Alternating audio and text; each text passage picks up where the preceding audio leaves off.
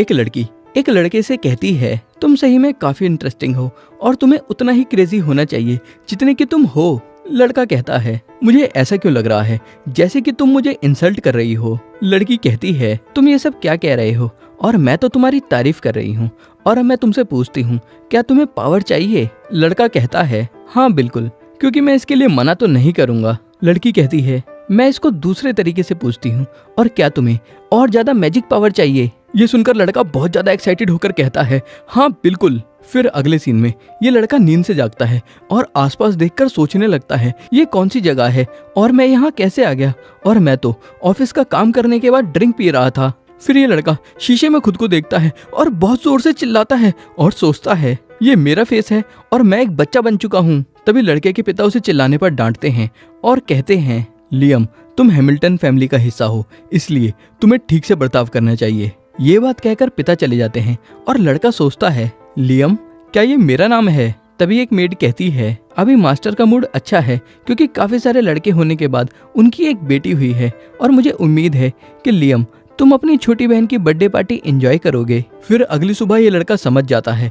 कि ये जो भी कुछ हो रहा है ये कोई सपना नहीं है और इस समय ये जिसके शरीर में है उसका नाम लियम हैमिल्टन है और ये एक नोबल है और अपने पिता की 5वीं औलाद है। और अब तक की कहानी से ये साफ होता है कि कोई इंसान दूसरी दुनिया से इस दुनिया में लियम हैमिल्टन के शरीर में आ चुका है, लेकिन उस इंसान को भी नहीं पता कि वो लियम के शरीर में कैसे आया। और अब से हम इस कैरेक्टर को लियम के नाम से ही बुलाएंगे। फिर मेड लियम को ये एरिया दिखाती है और बताती है कि जितना भी एरिया तुम देख रहे हो ये हैमिल्टन फैमिली का है। फिर अगले सीन में लियम ब्रूनो से मिलता है जो हैमिल्टन फैमिली का चौथा बेटा है और लियम का बड़ा भाई है। और ब्रूनो कहता है, अगर हमारी बहन बड़ी होकर खूबसूरत हो जाती है तो उसकी शादी रॉयल फैमिली में हो सकती है, जिससे हमारी फैमिली के हालात ठीक रहेंगे। और वैसे भी हमारी फैमिली अभी बेदखल होने की कगार पर है। लियम पूछता है, बेदखल से तुम्हारा क्या मतलब है? फिर ब्रूनो कहता है, हमारे देश में ऐसा ही होता है क्योंकि अगर कोई भी नोबल अपनी 3 पीढ़ियों में बड़ा काम नहीं करेगा तो उससे नोबल का स्टेटस ले लिया जाएगा। और हमारे पिता इस समय वो तीसरी पीढ़ी है जिसने कोई भी बड़ा काम नहीं किया है। और जैसे ही हमारे सबसे बड़े भाई को फैमिली के हेड का स्टेटस मिलेगा वैसे ही हम लोग आम लोग बन जाएंगे और नोबल नहीं रहेंगे। तभी यहाँ एक आदमी आता है जिसके पास एक जादू की किताब है और इस जादू की किताब को इस एनिमी के अंदर ग्रीमोर कहा जाता है। और वो आदमी कहता है, आज मैं तुमको मैजिक सिखाऊंगा। ये सुनकर लाइम काफी एक्साइटेड हो जाता है और ब्रूनो कहता है, तुम इतने एक्साइटेड क्यों हो रहे हो? और ऐसी काफी सारी ग्रीमोर हमारी फैमिली के स्टोर हाउस में है, लेकिन ये बात तुम ध्यान रखना कि 100 में से किसी एक इंसान में ही पोटेंशियल होता है मैजिक सीखने का। लेकिन इस समय लियम की आंखों में मैजिक को सीखने की एक अलग ही चमक है। और लियम फिर मेड की मदद से स्टोर हाउस में पहुंचता है और एक बिगिनर लेवल की ग्रीमोर ले लेता है और इस ग्रीमोर में से मंत्र पढ़ के मैजिक करने की कोशिश करता है और एक ही बारी में लियम मैजिक परफॉर्म कर लेता है। फिर अगले सीन में लियम अपने पिता से परमिशन मांगने के लिए जाता है कि वो कुछ ग्रीमोर अपने पास रख ले। पिता परमिशन तो दे देते हैं, लेकिन पिता लियम में बिल्कुल भी इंटरेस्टेड नहीं है। और फिर लियम अपने घर से थोड़ा दूर जाकर ग्रीमोर की मदद से मैजिक प्रैक्टिस करनी शुरू करता है और इसमें लियम को सक्सेस भी मिलती है।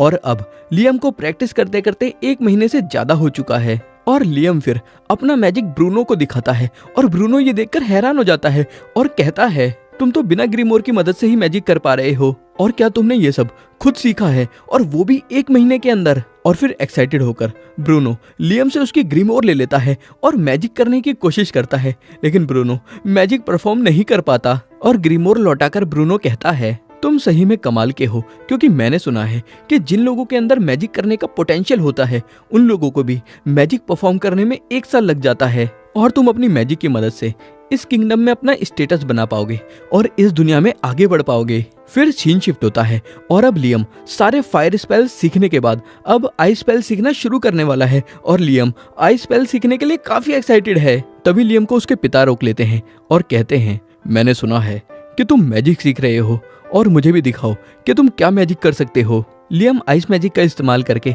ग्रीमोर को जमा देता है, लेकिन पिता इस मैजिक से बिल्कुल भी इम्प्रेस नहीं होते। फिर लियम कहता है, मैंने आइस मैजिक अभी अभी सीखना चालू किया है, लेकिन मैं फायर मैजिक में काफी अच्छा हूँ। और जैसे ही लियम फायर मैजिक पिता को दिखाता है, पिता काफी खुश हो जाते हैं और कहते हैं, क्या बात है, तुम बिना ग्रीमोर के मैजिक कर सकते हो। और लियम, तुमको जितनी चाहिए तुम उतनी ग्रीमोर मुझसे मांग सकते हो। पिता की ये बात सुनकर लियम भी बहुत खुश हो जाता है। तभी एक सर्वेंट पिता से कहता है कि वो यहाँ आ चुका है, जो सुनकर पिता को गुस्सा आ जाता है और पिता कहते हैं उसकी इतनी हिम्मत कि वो मेरी जमीन पर आ गया और सैनिकों को तैयार करो। फिर मैजिक सीखने के लिए लियम जाने लगता है और उसे रास्ते में एक आदमी दिखता है, जिससे लियम पूछता है कि तुम हो कौन, लेकिन वो आदमी कहता है क्या तुम भी एक हैमिल्टन फैमिली के बच्चे हो।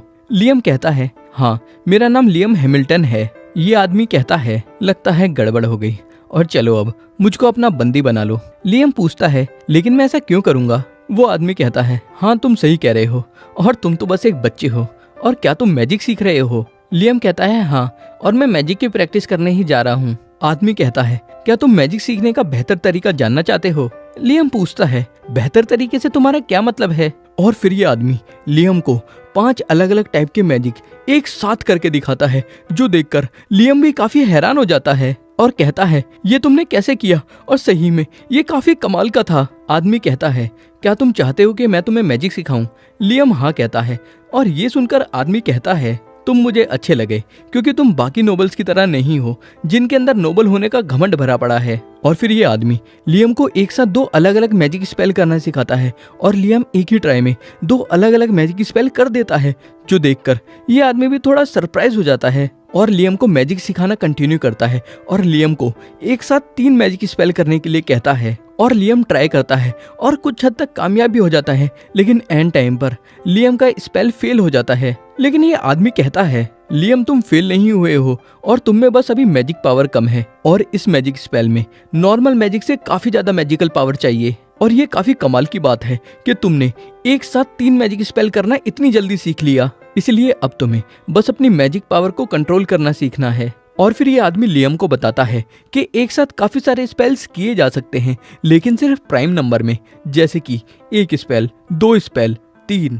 7, 11, 13, लेकिन तुम 6, 4, 8, 10, 12, 16 स्पेल्स एक साथ नहीं कर सकते। और फिर ये आदमी लियम को दिखाता है कि ये एक साथ 13 स्पेल्स कर सकता है और लियम से पूछता है क्या तुम और मैजिक सीखना चाहते हो। लियम खुशी खुशी हाँ कहता है और फिर ये लियम को एक अंगूठी देता है और बताता है कि ये एक मैजिक पीडिया है और इसके अंदर 100 ग्रीमोर्स के बराबर स्पेल लिखे हुए हैं। और फिर लियम के इस अंगूठी को पहनने के बाद लियम को एक साथ काफी सारे मैजिक स्पेल्स दिखाई देने लगते हैं और लियम कहता है क्या मैं इनमें से कोई मैजिक स्पेल ट्राई कर सकता हूँ। वो आदमी कहता है हाँ बिल्कुल। फिर लियम एक विंड मैजिक करता है, लेकिन पलटकर देखता है तो लियम को वो आदमी दिखाई नहीं देता। तभी अचानक एक मेड यहाँ पर पहुंच जाती है और कहती है लियम तुम्हारे लिए यहाँ अकेले आना खतरनाक हो सकता है, क्योंकि एक आदमी चुपके से तुम्हारे पिता के एरिया में घुस आया है। और फिर मेड लियम को एक ग्रीमोर देती है जिसके अंदर समनिंग मैजिक स्पेल्स हैं और लियम को घर वापस जल्दी आने के लिए कहती है और यहाँ से चली जाती है। तभी वो आदमी यहाँ दोबारा आ जाता है और कहता है तुम्हारे पास ये ग्रीमोर बिल्कुल सही टाइम पर आई है। लियम पूछता है तुम अचानक कहाँ चले गए थे। आदमी कहता है मैं कहीं नहीं गया था और मैंने बस अपना गायब होने वाला जादू इस्तेमाल किया था, और जाने से पहले मैं तुम्हें एक आखिरी चीज सिखाना चाहता हूँ, इसीलिए इस ग्रीमोर को खोलो और अंगूठी को पहने पहने एक मैजिक स्पेल करो। फिर लियम एक मैजिक स्पेल करता है जिससे एक सैलेमेंडर समन हो जाता है, लेकिन वो अचानक अंगूठी में घुस जाता है। और फिर ये आदमी कहता है ये रिंग एक मैजिक पीडिया है और ये ग्रीमोर के स्पेल्स को सेव कर लेती है, बिल्कुल एक नोटबुक की तरह। और फिर ये आदमी लियम को कुछ और मैजिक स्पेल्स करने के लिए कहता है और लियम फिर कुछ और मैजिक स्पेल्स करने के बाद जब देखता है तो ये आदमी यहाँ से गायब हो चुका है। लेकिन जाने से पहले उस आदमी ने लियम के लिए जमीन पर एक मैसेज लिख दिया है कि मैजिक की स्टडी करते रहो और हम दोबारा जरूर मिलेंगे, और प्लीज मेरे बारे में किसी को कुछ मत बताना। आदमी के जाने के बाद लियम सोचता है हालांकि हम लोगों ने बस थोड़ा सा ही समय साथ में बिताया था और मुझे तो उसका नाम भी नहीं पता, लेकिन वो आदमी मेरा मास्टर है। और अब 1 महीना और बीत चुका है और लियम के मैजिक स्किल्स और भी बेहतर हो चुके हैं और लियम अपने मैजिक का इस्तेमाल करके एक भट्टी बनाता है जिसकी मदद से लियम चारकोल और क्रिस्टल बनाता है। और जब ब्रूनो यहाँ आकर देखता है कि लियम ने अपने मैजिक से चारकोल और क्रिस्टल बनाया है, तब ब्रूनो लियम से काफी इम्प्रेस हो जाता है और कहता है ये देखकर मुझे काफी अच्छा लगा और मुझे पूरा यकीन है कि तुम अपना ख्याल खुद रख लोगे। लियम पूछता है तुम आखिर ऐसा क्यों कह रहे हो। ब्रूनो बताता है मैं एक लो रैंकिंग नोबल फैमिली की लड़की से शादी कर रहा हूँ, हालांकि उनके पास हमसे कम पैसे हैं, लेकिन वहां जाकर मुझे ज्यादा फ्रीडम मिलेगी। लियम ब्रूनो को कॉन्ग्रेचुलेट करता है और फिर ब्रूनो लियम से कहता है लियम क्या तुम्हें पिता की सबसे बड़ी गलती के बारे में पता है। लियम कहता है कि उसे नहीं पता और फिर ब्रूनो